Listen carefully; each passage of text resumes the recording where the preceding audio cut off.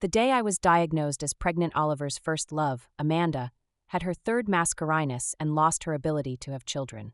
She sent Oliver a final message, then turned on the gas and tried to kill herself. From that day on, Oliver hated me with all his heart. If you hadn't used your pregnancy to provoke Amanda, she wouldn't have left me murderer. You don't deserve to live a good life. So he found every possible way to torment me, framed my entire family, and drove me to death from overwork. When I opened my eyes again, I was back on the day Oliver proposed to me. This time I looked at Amanda standing not far away, holding her belly, and pulled her forward. Oliver, Amanda is pregnant.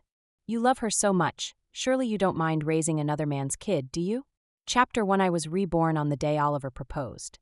He stood surrounded by red roses and candles, staring at me, but even lively atmosphere couldn't mask the impatience in his eyes.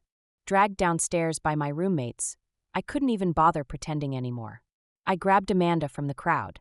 Oliver's gaze turned icy as he stared me down. Helen, what the hell is your problem? I proposed just like you asked. What more do you want? I shook my head. You're only proposing because your family pressured you, but I don't want this. I've seen it for years. The one you really love is Amanda, so I'm stepping aside. Amanda eyed me suspiciously. Oliver looked dumbfounded when he came back to his senses. He grabbed my wrist tightly. There are so many people here. Are you really trying to humiliate me? Seriously, this guy couldn't tell good intentions from sarcasm. Suppressing my disgust, I gave him my most sincere expression and pushed Amanda into his arms. You two are made for each other. I won't get in the way of true love. Oliver looked like he had something to say. I patted my chest, adding, don't worry, I'll talk to your parents and make sure they won't give you trouble. Everyone around us froze for a moment, then began cheering again. When I clapped my hands, it was still a proposal, just with a different bride. But as the crowd scattered, Oliver finally noticed Amanda's slightly swollen belly, and he completely lost it. He gently sat Amanda down on a bench, then grabbed my arm and demanded, What nonsense are you spouting? There's no way Amanda is pregnant, of course. I wasn't going to tell him that in the previous life Amanda got pregnant near graduation. She even blamed her first mascarinus on me, said if she hadn't come to cheer for me at my competition, she wouldn't have lost the baby. Oliver was so furious he had my scholarship for studying abroad revoked, so now I casually lied. My mom has a friend who works in OBGYN.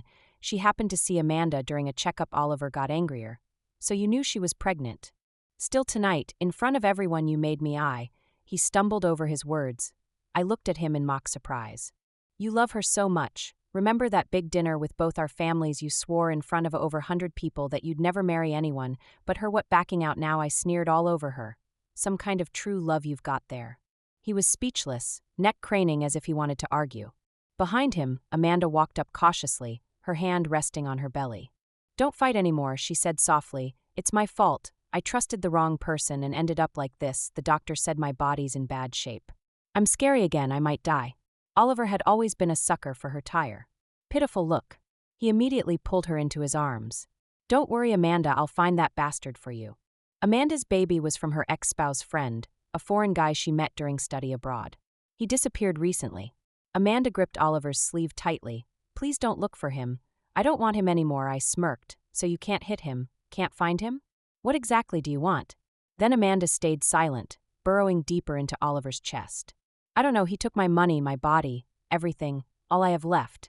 Are you too? I said nothing. Oliver clenched his teeth and blurted out, Amanda. Don't worry, we grew up together. I'll take responsibility for the baby, perfect. That's exactly what I was waiting for. Chapter 2. Very few people knew about Amanda's pregnancy. She requested an extended leave from school. Oliver rented a 300-bedroom apartment, just for her to rest and recover. After sending Amanda off, Oliver turned around and stopped me. His eyes were wide with suspicion. Why are you reacting like this? I flashed a professional fake smile, seeing you and Amanda overcome all odds to be together. Oliver looked even more irritated, clearly dissatisfied with my answer. In my previous life, our engagement had been arranged for the sake of our families. Meanwhile, Amanda had married that mixed-race boyfriend she'd always dreamed of without hesitation. But after the wedding, her husband constantly brought mistresses home. Shattered, Amanda suffered multiple miscarriages when she lost her baby for the third time due to domestic violence. I had just found out I was pregnant out of concern for her. I didn't make a big deal out of it, I only told Oliver over the phone, But once his mother found out, word quickly reached to Amanda. My pregnancy was the ultimate insult and cruelty. That same night she texted Oliver. I hope that in my next life, the one who stays with me until the end will be you. Then she turned on the gas in the kitchen. They didn't get to her in time. Oliver went insane. He caused a huge scene at the hospital, then came home and smashed everything in sight.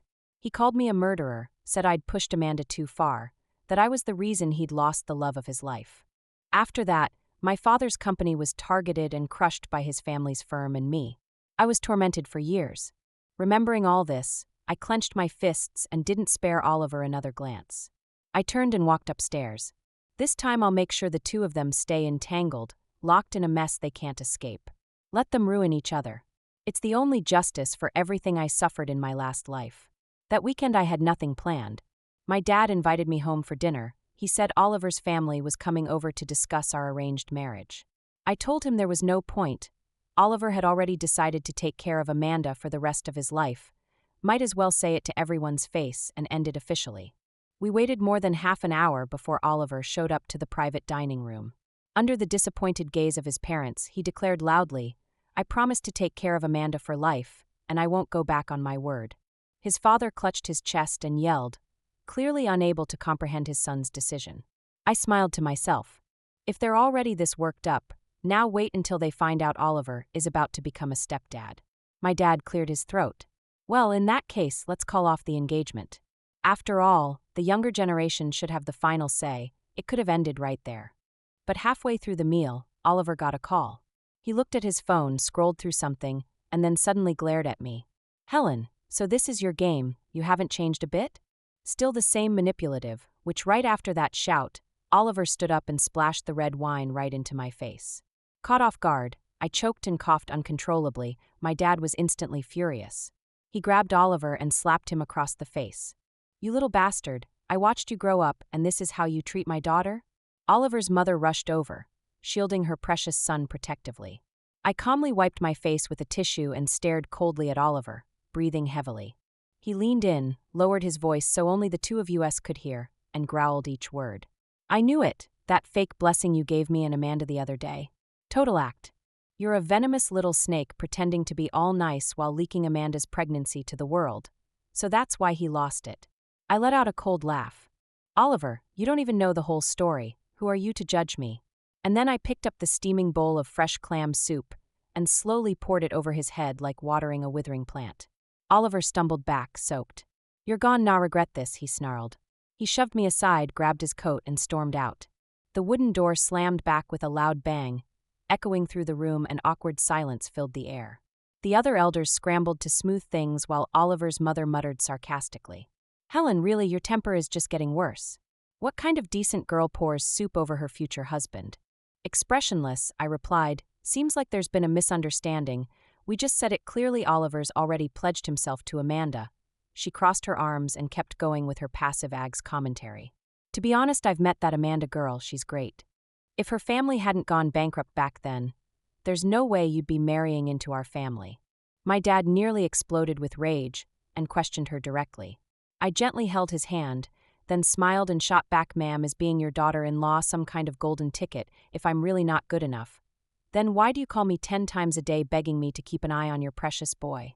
Could it be deep down you know he's a piece of work? Oliver's mom froze, stunned, silent, and rolling her eyes in frustration. In my past, this same future mothers-in-law had gone around announcing my pregnancy while badmouthing me in front of Amanda. That's what led to the tragedy in the first place. But when Amanda had her accident, she and her precious son, Oliver turned around and blamed me, said I was shameless and cruel, that I didn't care about sisterhood, and that I had fluttered my pregnancy to the world later. After enduring repeated torment from Oliver and suffering a mascarinus, I lay in the hospital while she stormed in, called me useless, and dug her freshly manicured nails into my face until it bruised purple. Looking back now, it's easy to see a household capable of raising a self-absorbed, narcissistic jerk like Oliver was never going to be a good place for me. Chapter 3. Oliver rushed back to campus by taxi that very night to comfort Amanda. He barged into the girls' dormitory despite attempts to stop him. As I came up upstairs, he was holding Amanda tightly in his arms, his cold, menacing gaze sweeping across the crowd.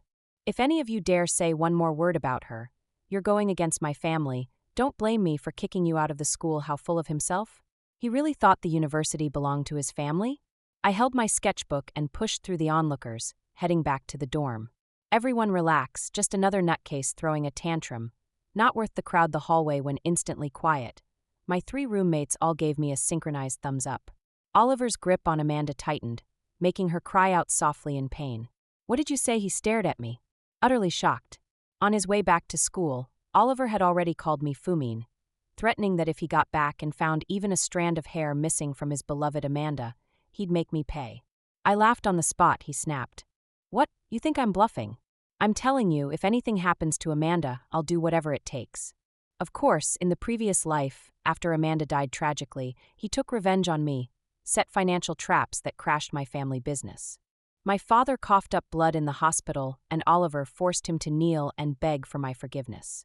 He had completely forgotten the meals he ate at our house as a kid, forgotten how my father treated him like his own son. Oliver and I locked eyes. The tension was thick. Then Amanda rushed forward and grabbed my wrist. Helen, even if you're upset Oliver chose me, that doesn't mean you can spread lies.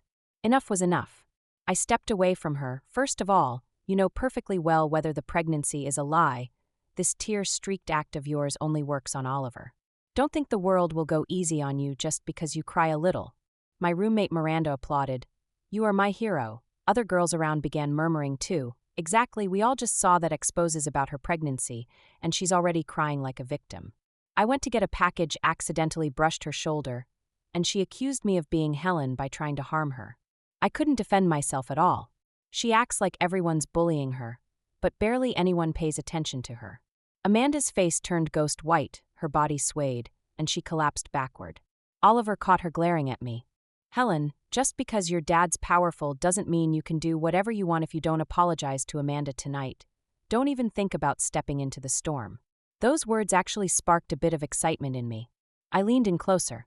Oliver, you barged into a girl's do and threatened someone. If anyone needs to apologize, it's you. You've completely embarrassed whatever dignity your family has left, Oliver snapped, raising his hand to grab my head and forced me to bow an apology. But I seized his wrist, twisted it down, and threw him hard to the ground.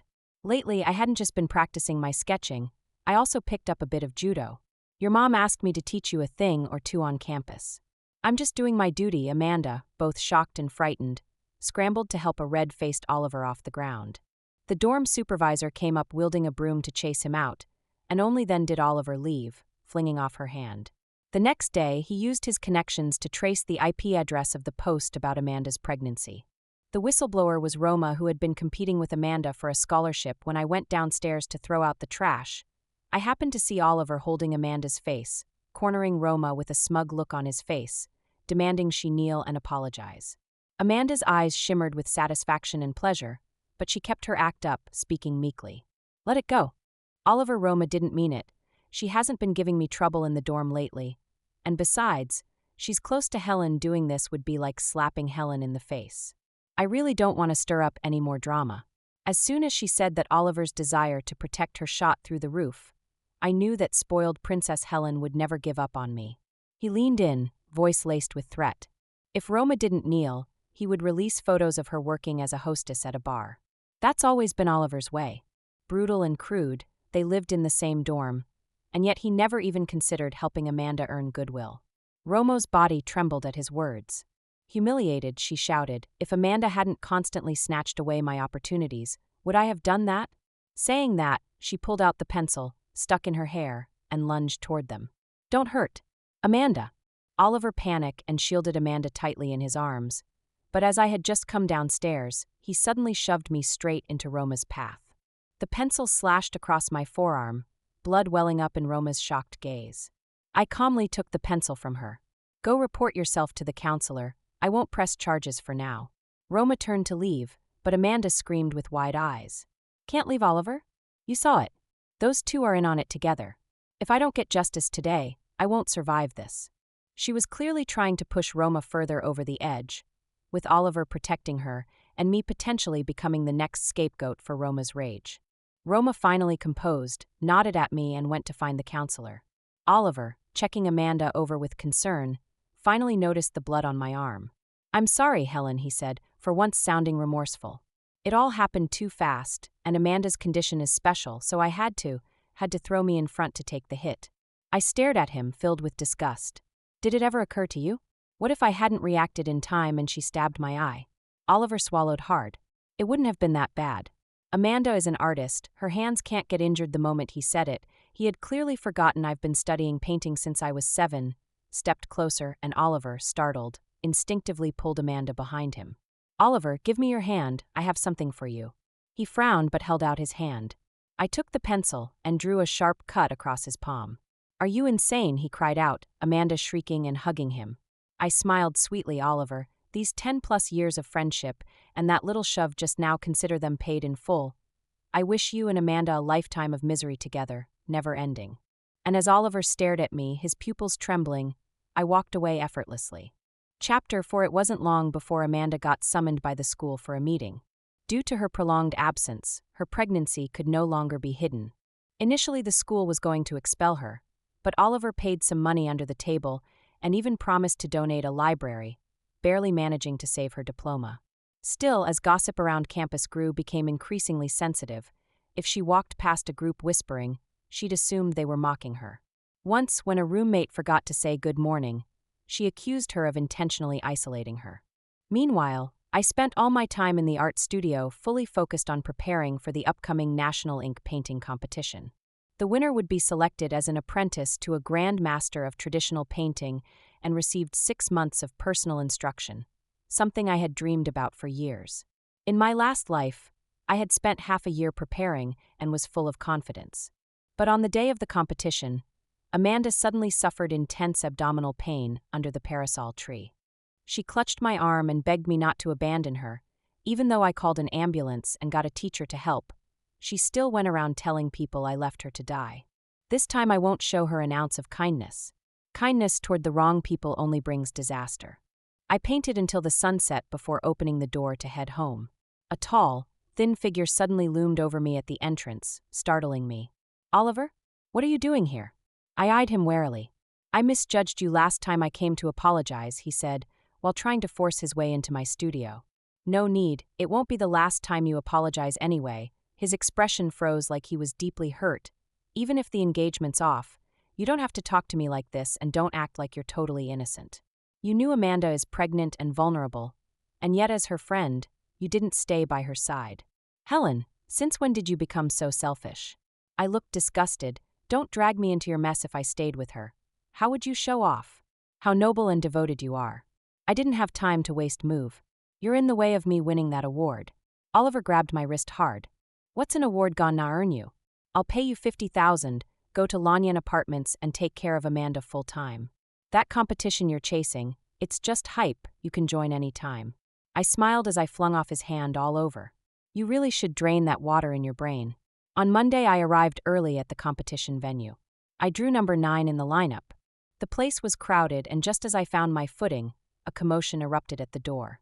A contestant shouted angrily, "What's wrong with her bringing bodyguards to an art competition?" Out of the corner of my eye, I saw Amanda walking and wearing a formal dress surrounded by a wall of black-suited bodyguards holding hands. Oliver followed closely behind, carefully placing a cashmere shawl over her shoulders like she was some Ailes celebrity. Then I remembered Amanda had registered for this year's ink painting competition too, but seeing how she'd been lounging at home, posting glam pregnancy photos and being waited on hand and foot, I assumed she'd forgotten all about it. I went to the restroom, but as I reached for the door, I realized it had been locked from the outside. At first I thought it was a prank, but when I finally climbed out with great effort, I caught a glimpse of a bodyguard in black sprinting away. Luckily, I wasn't too delayed. By the time I got to the exhibition area, Amanda was already holding a microphone, explaining her creative process. Behind her, displayed proudly, was the piece I had just finished. Dawn, in any case, this painting is a reflection of the beautiful moments shared between me and the most important person in my life. Mr. Oliver, our love is as radiant as the sunlight. I let out a cold laugh and cut the power to her display screen. You sure have a vivid imagination speaking so eloquently about someone else's painting. Amanda froze, glaring at me in resentment. She clearly hadn't expected me to still show up. Helen Oliver pushed through the crowd, trying to pull me aside. If you have a problem, let's talk downstairs. Don't make a scene here. I locked his arm and pinned him to the floor. You shameless jerk. My painting becomes Amanda's out of thin air, and you still dare talk to me like that? Now I understood why Oliver kept darting glances behind me when he came to the studio that day. You weren't here to apologize. You came to secretly photograph my work. Amanda interrupted, speaking condescendingly. Helen, stop making things up. People will just think you're crazy. Oliver didn't hesitate. He signaled to the bodyguards to drag me out. Chapter 5. Amid the chaos, the renowned ink painting master Professor Nestor stepped onto the stage and cleared his throat, silencing the room. He asked Amanda directly if the painting Dawn was really hers. Amanda couldn't wait to claim it as her own, but the professor only smiled and shook his head. Young lady lacking in skill is forgivable. A flawed character is not. Amanda's face went pale. What do you mean? But when she looked up and saw all my past works being displayed on the big screen, she was struck speechless. It was simple, since I had already decided to pursue an apprenticeship under Professor Nestor. I'd been corresponding with him and mailing him one painting a month. Dawn. This competition piece had been completed a week ago and uploaded to the official contest committee. The entire audience now turned their scornful eyes toward Amanda. Blushing furiously, she clutched her belly and threw herself into Oliver's arms. Oliver, it turns out Helen always saw me as an enemy. She never trusted us. Oliver turned toward me, shame and anger on his face. You planned this, pretending to be cautious and noble just to humiliate us. I sneered, you're the thieves, yet somehow you're the ones offended. Your shamelessness knows no bounds. Oliver barked at the bodyguards to clear the room and snarled, Amanda is pregnant, she can't handle stress. I just wanted to make her happy, and it's just a painting, no need to take it this far. Can't you just let it go? How dare the thief act like a martyr? Save your bandit logic. I couldn't hold back my rage anymore. Oliver, just so Amanda could win favor from a master, you were willing to sabotage my opportunity. Who gave you that right? And locking me in the restroom? Did you approve that too? Oliver fell silent, eyes clouded with guilt. At my insistence, the organizers called the police. In the end, Oliver and Amanda only paid a fine and were released, but Amanda's social death video at the competition had already spread like wildfire. I joined other artists in publicly condemning this disgraceful act of plagiarism. Within days, Amanda was being slammed online, forced to shut down her comment section. Late one night, Oliver called me, still trying to scold me. You knew she was pregnant, couldn't you have cut her some slack? Being pregnant isn't a free pass to act like a menace. Chapter 6. As graduation approached, I moved out of the dorm and fully devoted myself to studying painting with my professor. I also took the opportunity to travel through several southern cities to visit renowned painters. When I returned, the class president called and said we should have a get-together before graduation. She paused and added, you know, Amanda will be there too. I wasn't surprised, after all she was in the same department as me. But if I recalled correctly, in the previous life, this was around the time of her first miscarriage. The gathering was on the second floor of a quiet bar with an open rooftop. The evening breeze was refreshing and relaxing. During the meal, Oliver was doting on the now visibly pregnant Amanda. Amanda sat down her glass and came over. Helen, come with me to the restroom. Will you? Alarm bells instantly went off in my head, and I took a large step back. There are plenty of girls here. Why do you have to ask me? Helen. Oliver's tone dropped as he spoke. Just because you and I are in a cold war doesn't mean you should drag Amanda into it. Is it so hard to just take her to the restroom? If I wasn't careful, it really might kill me. I thought back to my past life, where Oliver had used my father's life to threaten me, making me work exhausting shifts for over 10 hours a day while forcing me to sleep next to Amanda's grave. What was Oliver's expression when I died of heart failure and overworked? Probably laughing with glee, cursing me to never find peace in the afterlife. I remained firmly seated, unmoved. Amanda's expression soured as she wiped her eyes and went to the bathroom alone. Just then Roma, who hadn't shown up in a while, stood up and poured a drink for Oliver. Oliver, what I did before was terribly wrong, but I'm begging you, please stop targeting my parents. They're just farmers. My mother has schizophrenia, she can't take the stress. Roma looked worn down, her voice choked with emotion. She was on the verge of a breakdown. Oliver casually lifted his wine glass and took a sip. Oh, and what's that got to do with me? You made Amanda upset, that's the price. Roma gritted her teeth. I've handwritten apology letters to her for a month straight. What more do you want? You even hired local thugs to harass us. Oliver looked momentarily surprised. I only told them to cause a little trouble in the orchard. That's all. That was already highly illegal. I stared at him speechless. Roma's family orchard was their only livelihood. Sending people to stir up trouble could wipe out their income for the entire year. And yet, Oliver thought the punishment was light. A sudden gust of wind swept across the rooftop. Roma stumbled forward and Oliver reflexively caught her. Just then, Amanda returned from the restroom and saw the scene. Her eyes instantly blazed with fury. She rushed up and yanked at Roma's hair. "You dare come here and seduce my man? I've been far too kind to you." None of the other classmates dared step in because when Amanda lost control, she was dangerous. Whenever something upset her, Oliver would take it out on others. "Calm down, Amanda. It's just a misunderstanding." Amid the chaos, the SR railing behind them shook violently with a loud clang. Amanda and Oliver both fell from the second floor. The class president rushed over in panic. My God, call 911, call 911.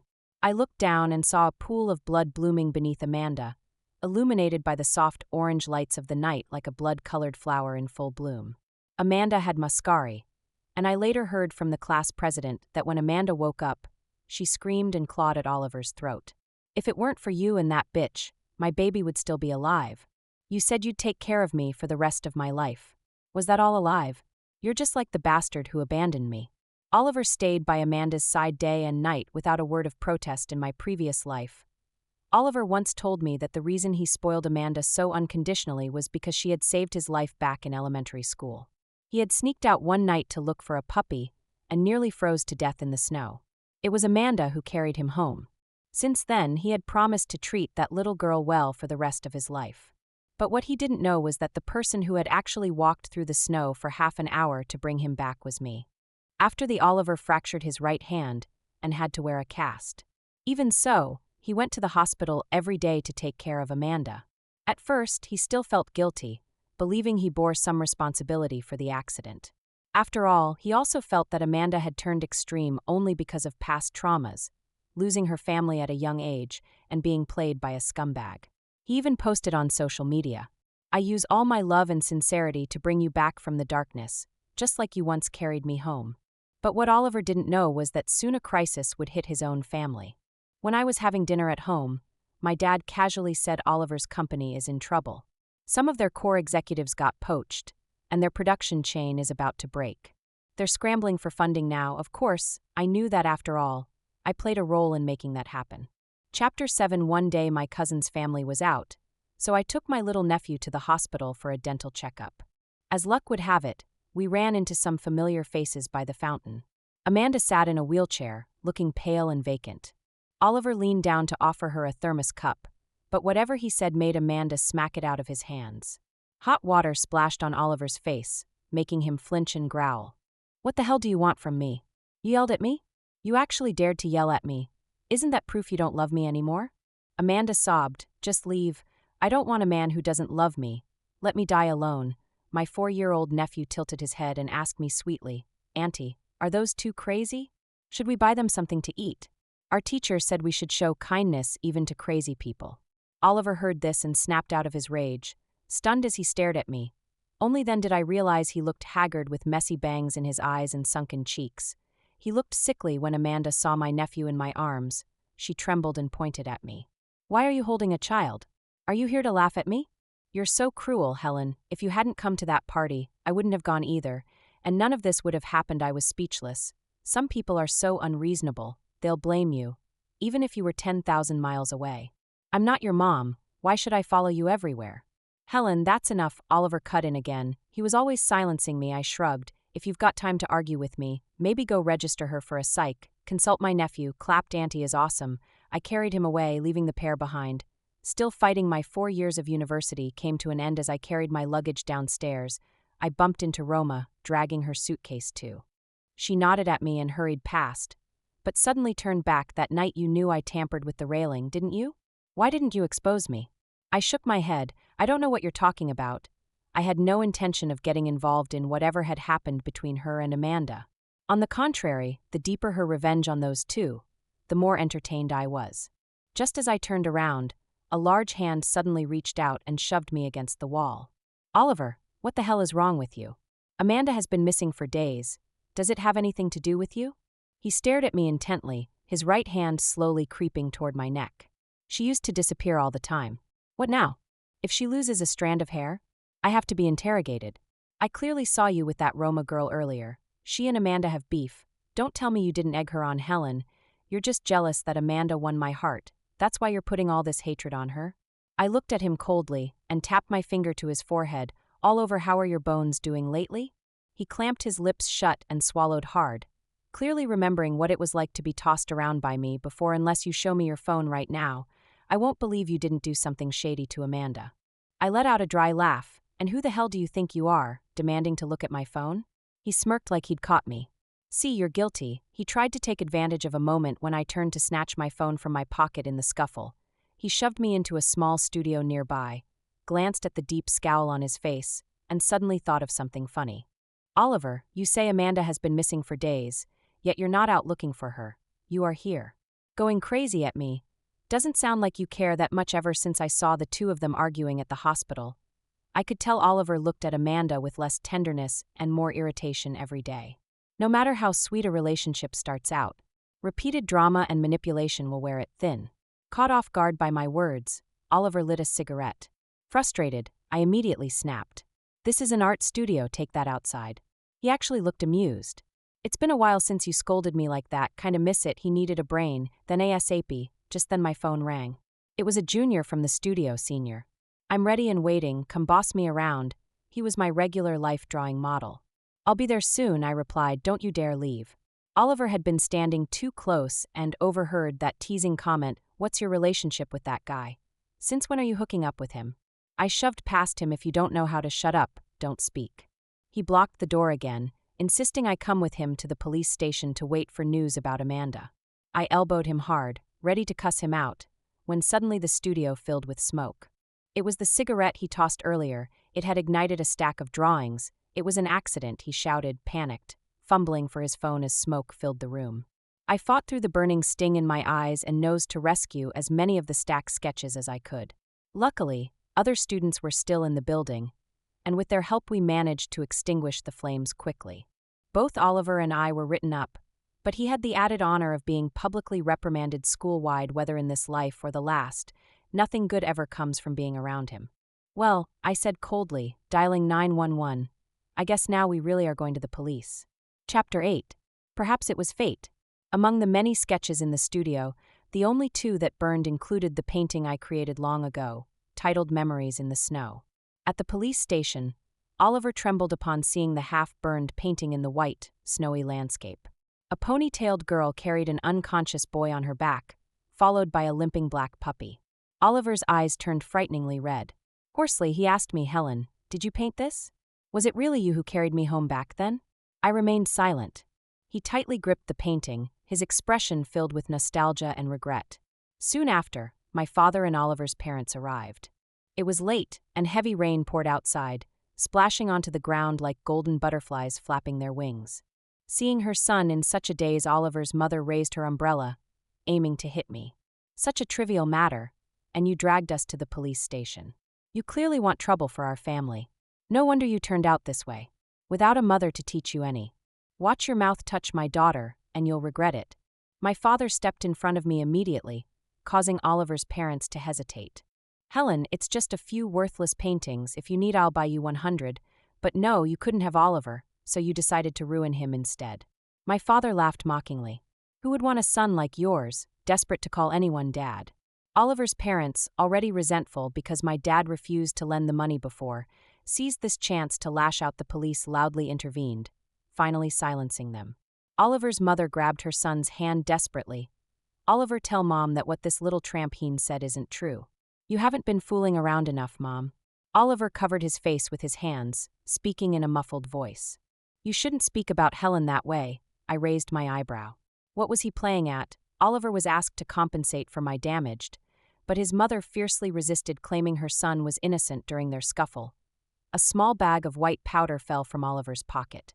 A heavy silence fell upon the room as several officers' faces hardened. Instantly, they picked up the powder to test it, temporarily detaining Oliver, who was visibly stunned. Shielding me, my dad sneered, You didn't leave earlier, and now your son can't leave either. The night had been exhausting, like when I was a child. My father patted my shoulder reassuringly, telling me to focus on my art and that he would handle everything. A few days later, just as I received an interview invitation from a prestigious art academy abroad, I heard that Amanda had returned. Moreover, she was pregnant again, still with her mixed-race boyfriend. However, her boyfriend had been arrested abroad for breaking the law. Her imagined love once again shattered. Amanda returned seeking Oliver, but Oliver was still in custody.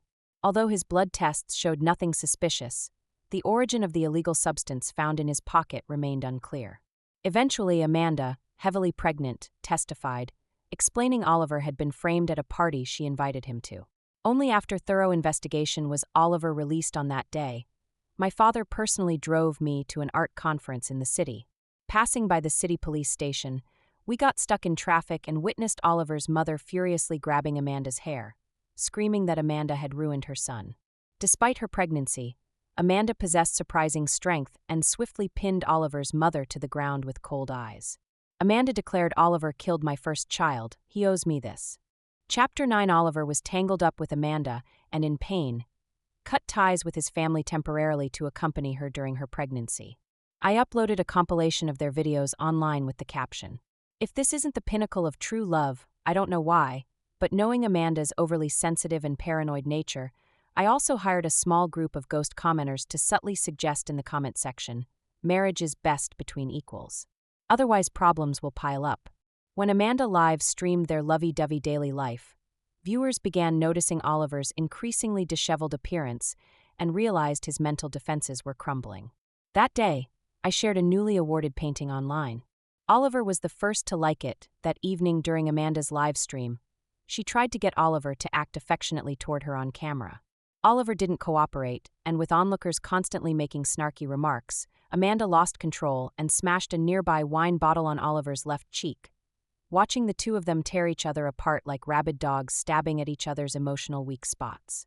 I happily finished another half bowl of rice a few days later. Oliver's hollowed-out family business held a family banquet. I showed up in full glam, gifting a premium painting. With my current achievements and follower count, I was showered with praise. Meanwhile, Amanda, cast to the sidelines, stared at me with bitter resentment in her eyes. She came this time to flutter her deep, undying love with Oliver, love that had supposedly overcome every obstacle. But now Oliver's company was undeniably bankrupt.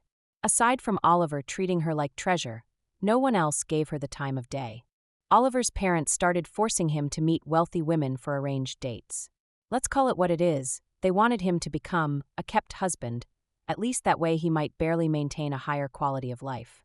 Seeing the situation, Amanda clung tightly to Oliver's waist, her tone sounding pitiful but laced with threat. "Oliver, you're all I have. If you give up on me too, I don't know what I might do." Oliver closed his eyes when he opened them. They were filled with indifference. "I won't leave you. I'll stay with you till the very end of my life." Amanda smurfs in my direction and slowly enunciated every word. "If you break your promise, may your entire family suffer." Oliver's mother collapsed on the spot, trembling violently.